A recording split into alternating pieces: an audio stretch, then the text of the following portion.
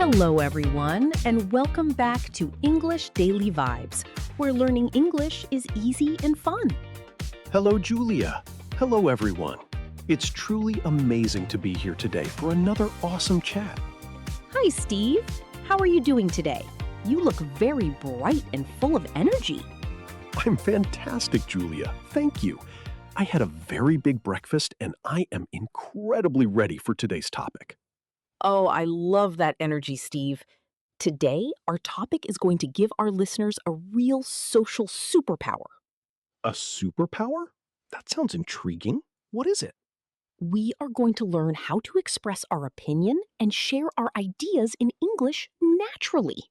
Oh, yes. That is a very important topic for daily life.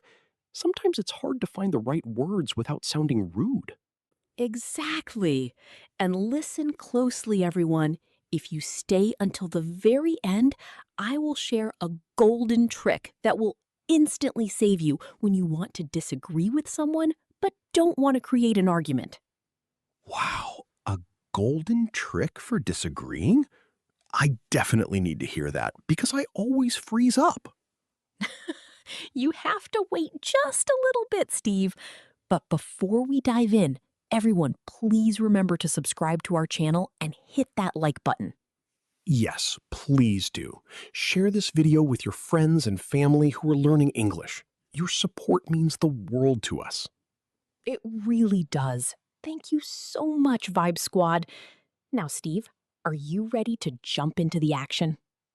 I am completely ready. Let's do it. Perfect. To learn these phrases naturally, let's look at what happened yesterday at a marketing office with three friends, Sarah, John, and Mark. Oh, an office story. Did they have a big meeting or a big fight? Well, it was a creative meeting, but it turned into a complete roller coaster of opinions. They needed to choose a color for a new website. Oh, choosing colors is hard. Everyone likes different things. Exactly. Sarah started the meeting very simply and said, I think blue is the best color for this project because it is calm. I think is a classic. Simple, clear, and safe. Yes, but then John wanted to share his point of view, so he used a similar cousin phrase and said, I feel that green is better because it represents growth. Ah, I feel. That is like connecting your opinion to your heart, right? Exactly, Steve. It softens the sentence. But then Mark wanted to sound a little more professional and serious, so he stood up and said, in my opinion, we should use red because it attracts attention. In my opinion, sounds very elegant, like a boss in a suit. It does. But because everyone had a different idea, the conversation stopped. So Sarah decided to open the floor and asked John, what do you think? Ah, what do you think is like passing the ball in a soccer game? It keeps the game moving. Beautiful metaphor, Steve. It invites the other person to speak. John looked at Mark and asked a different question. Do you agree with Sarah's blue color? Oh, do you agree is a direct question. What did Mark say? Mark didn't want to be aggressive, so he didn't just say no. Instead, he used a very polite phrase. I'm not sure. For me, blue is a bit too cold for this project. Wow, I'm not sure is like a soft pillow for a hard opinion. It avoids a fight. Yes. And using for me shows it is just his personal taste, not a universal rule. But John wanted to offer a compromise, so he said, maybe, but look at this example. Green is a mix of blue and yellow.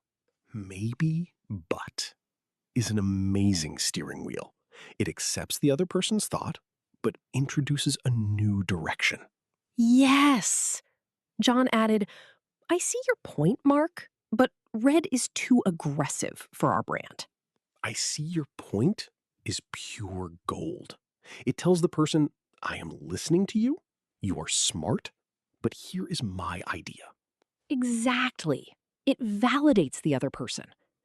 Suddenly, the big boss walked into the room, looked at the whiteboard, and said, "The website must be orange." Orange? Wow. What did the team do? Did they argue with the boss? No, because the boss said, "I think orange is perfect because it represents enthusiasm and matches our office chairs." Matching the chairs? That's hilarious. Did anyone agree? Well, John wanted to show full support, so he smiled and said, "Exactly. You're right, boss. Orange will make us stand out." Exactly. And you're right, boss, are the ultimate phrases for 100% agreement. It makes the boss feel like a king. It really does. But Sarah didn't have a strong feeling about orange, so she just said, "I don't really know. I don't have a strong opinion about that color, but let's try it." I don't have a strong opinion. That is perfect for when you don't care or don't want to choose a side. Yes. In the end, they used orange, the client loved it, and the project was a massive victory. What a fantastic and practical story, Julia.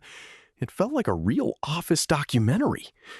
Let's step out of the story now and look closer at these amazing tools. Yes, let's open our linguistic toolbox. The first group of words is for giving your opinion.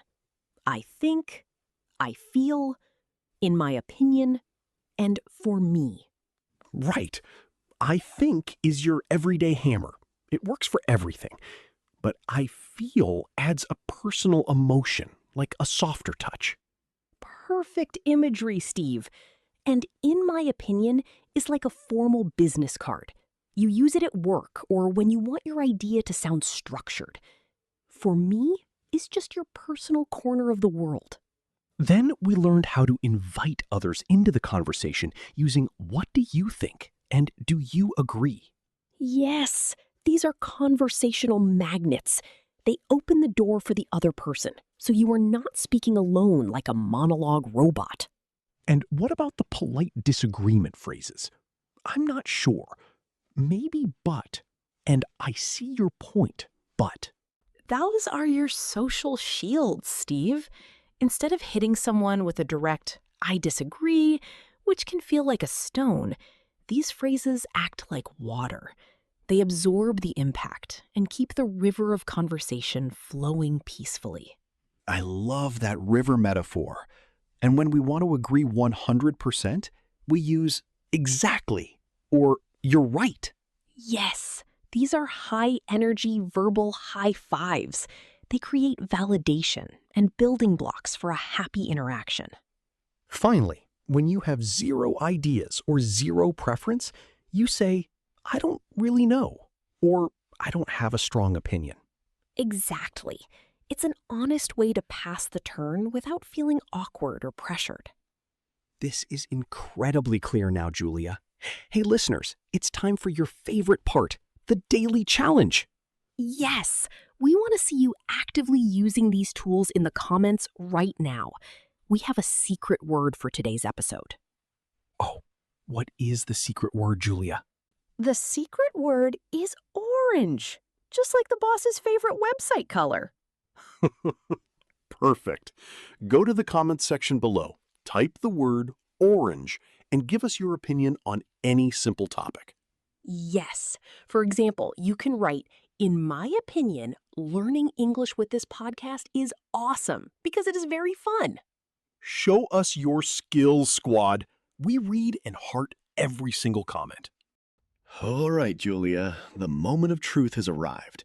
What is that golden trick you promised us for disagreeing without causing an argument? Okay, here is the secret. When you completely disagree with someone, never attack their idea directly. Use the yes and technique, but in a polite English way. Wait, really? How does that work? You say, I agree that insert one small thing they said. But what if we also consider, Wow. So if someone says, we must work on Saturday because we are busy, I can say, I agree that we are very busy. But what if we work harder on Friday instead? perfect, Steve? You validated their truth first, so their brain stays open and relaxed. And then you offered your alternative. The conversation keeps moving like a beautiful river. This was an absolutely brilliant lesson, Julia. Thank you so much. Thank you, Steve. And a huge thank you to our incredible listeners. Keep practicing, keep sharing your opinions with a smile, and we will see you in our next episode. Bye, everyone. Keep your English vibes flowing. Goodbye.